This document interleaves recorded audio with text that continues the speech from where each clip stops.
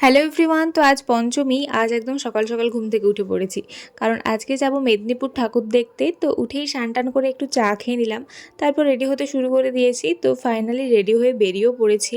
আর আজকে এই থ্রি পিসের সেটটা পরেছি, কেমন লাগছে অবশ্যই জানাবে। এটা ভীষণই পছন্দের আমার থ্রি পিস একটা।